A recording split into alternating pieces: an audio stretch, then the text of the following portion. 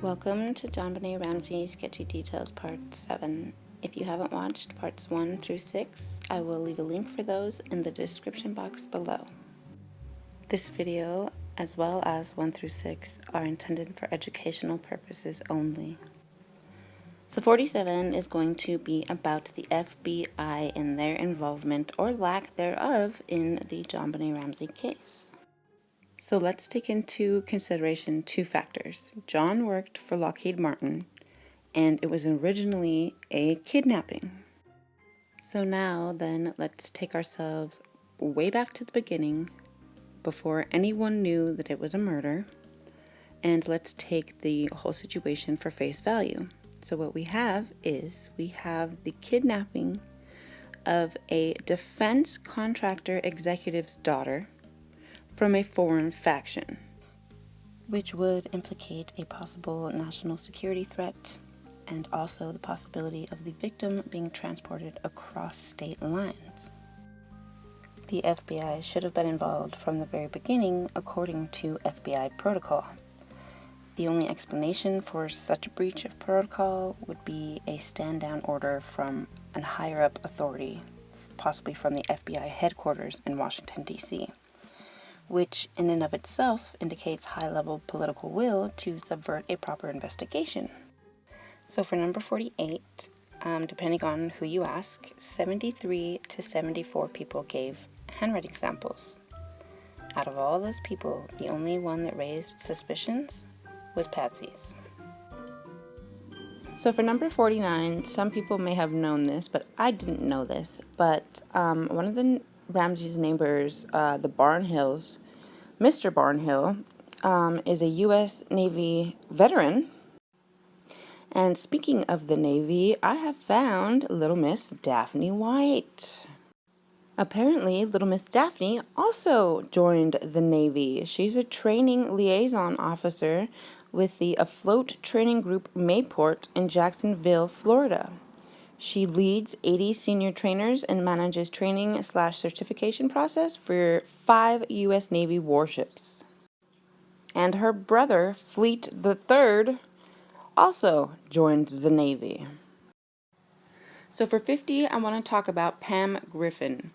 Now, Pam Griffin is a pageant mother who was the mother of Christine Griffin, and Christine was JonBenèt's pageant coach.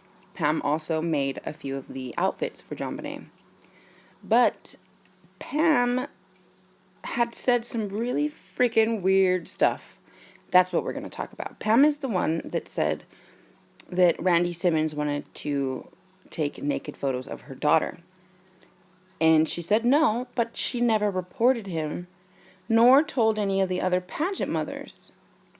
So that's weird. Do you think that if that happened, like if that happened to me, I would tell every single fucking pageant mother that I knew had him take photos of their child? Pam is also the one who told that Randy Simmons thought that a paramilitary was out to get his photo negatives, and that he was being told that if he didn't sell JonBenèt's pageant portfolio, that these people that were harassing him for the portfolio were going to release unflattering images of JonBenét that they said would embarrass and shame everyone around her, implying that the Globe newspaper, or whoever they sent to go after Randy, had inappropriate pictures of JonBenét. That's really sketchy. But on top of all of this, okay, Pam said that once he did sell the portfolio of JonBenét's, that the rest of the pageant mothers gave him a lot of grief over it. They were pretty mad at him about it. And she was quoted as saying, "We all have pictures that we don't want anyone to see of ourselves that we would not want him to release if we died." Okay, so you're saying that Randy Simmons has inappropriate pictures of all of you guys? So you mean to tell me that Randy Simmons has naked pictures of you, Pam Griffin? Who else? Patsy, maybe? Who knows? But I'm convinced that he did have inappropriate pictures of JonBenét based off of the fact that the Globe was threatening him that they were going to release them. I'm convinced that Randy has these pictures of JonBenét because he had that 2-hour unsupervised photo shoot session with JonBenét where it was just him and JonBenét. So for 51, we're going to talk about something that I have been avoiding this entire time. It's something that I hate talking about. And yeah, it's the ransom note. We're going to talk about the ransom note, okay? And how much of a huge... This is like the #1 distraction piece out of this entire investigation. The whole thing that kicked it off into the wrong direction was this fucking ransom note. So not only is the ransom note responsible for, in the very beginning, pushing the investigation into the entire wrong direction, but it is still, to this day, 25 fucking years later, the first thing that is brought up in almost any article. It's within the first fucking paragraph. Therefore, continuing and perpetuating the diversion away from the fucking truth. Can you tell that I absolutely hate talking about the ransom note? So I do apologize. This one is probably going to have a lot of the word fuck in it. I do apologize, but that is why I say my videos are not for kids. Anyway, so the first thing about the note is it's either the note or the body. Both would not be left. That is clear as day. That is fucking standard protocol of a kidnapping and or murder. It's either one or the other, never both. Well, not protocol of a kidnapping, but the psychological aspects of a kidnapping. The author shows very clear familiarity with at least John Ramsey, so familiar that it calls John by his first name numerous times, yet it never once says JonBenét's name. Maybe that was a little too personal for the author. The ransom note is also extremely similar to the Lindenberg ransom note, where it asks for the money in specific amounts and specific denominations. And John Ramsey even brings up in an interview, he even brings up the Lindenberg kidnapping. So he was clearly aware of it before the ransom note was ever written. Once the police and the investigators saw her body and they realized that it was a murder and not a kidnapping, they should have automatically just ignored the ransom note. I know that they think that there is clearly connections between the killer and the ransom note, but still, the ransom note is just distracting us away from actually finding who did this to her.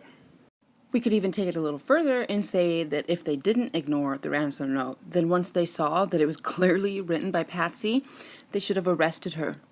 I would have given it a month, maybe 2. She would have cracked and told on anybody that she knew was involved. She would have said something. So they should have incarcerated her. She would have cracked under pressure quickly. I believe in my heart of hearts that Patsy did write the ransom note. I just haven't decided yet if I think she wrote it because John made her so that she was involved in some way, or if she wrote it as like a warning to John. And what I mean by that is we know that Patsy was very religious. Patsy had definitive ideas of how she thought her family, and her included, should leave this world. So for a fact, she definitely needed and wanted JonBenét to have a proper burial. That's why it's in the ransom note. Also, she kind of threatens John when she says, "Use your brain, John. It's all up to you now." I think it's because she was telling him, like, look, I'm going to call 911. She's going to have a proper burial. You can figure out what you're going to do in between then. Figure out your little story. But I'm calling 911. My daughter will have a proper burial. Because, think about it. What would have been the alternative if they wouldn't have allowed JonBenét to be found? They would have had to have taken her body out into the middle of nowhere and dug a hole and put her in an unmarked grave. Patsy would not allow that. And my biggest problem with the ransom note is 25 years ago, on Christmas night, in the middle of the night, a little 6-year-old girl screamed out for someone to come and help her. And 25 years later, still no one has answered her call because of that fucking stupid ransom note.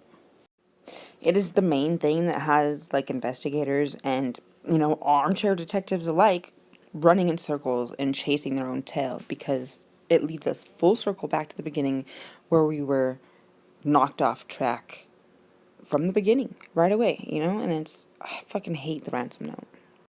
But I'm sure, like everybody else, like I could go on and on and on and on about the Ransom Note, so I'm actually gonna just quickly move on to number 52.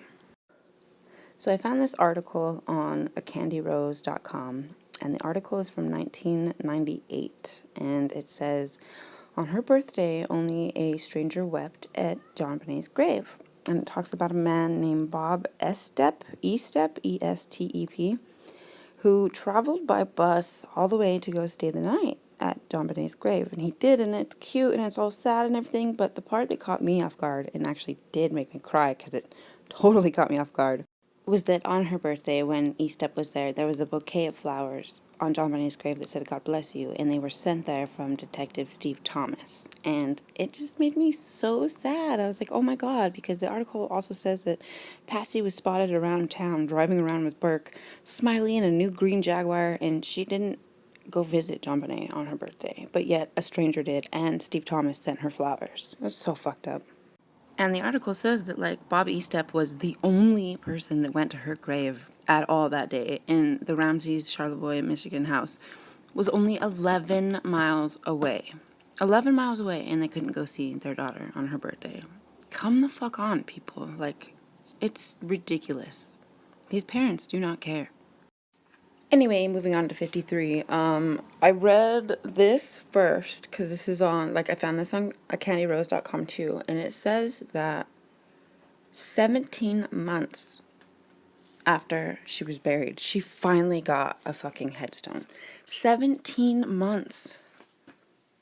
What is with that? Like, that is, I don't know what to think of that. Like, maybe she was trying to pick the right one, or it even says, like, oh, Patsy wanted to have this big piece where people could put stuff because a bunch of people were leaving stuff there, but, like, 17 months, it's sad to me. Like, I don't know, it kind of made me mad. I was like, the audacity, you know what I mean? So, just thought I would share it, but this is the end of part 7, and of course, there will be a part 8.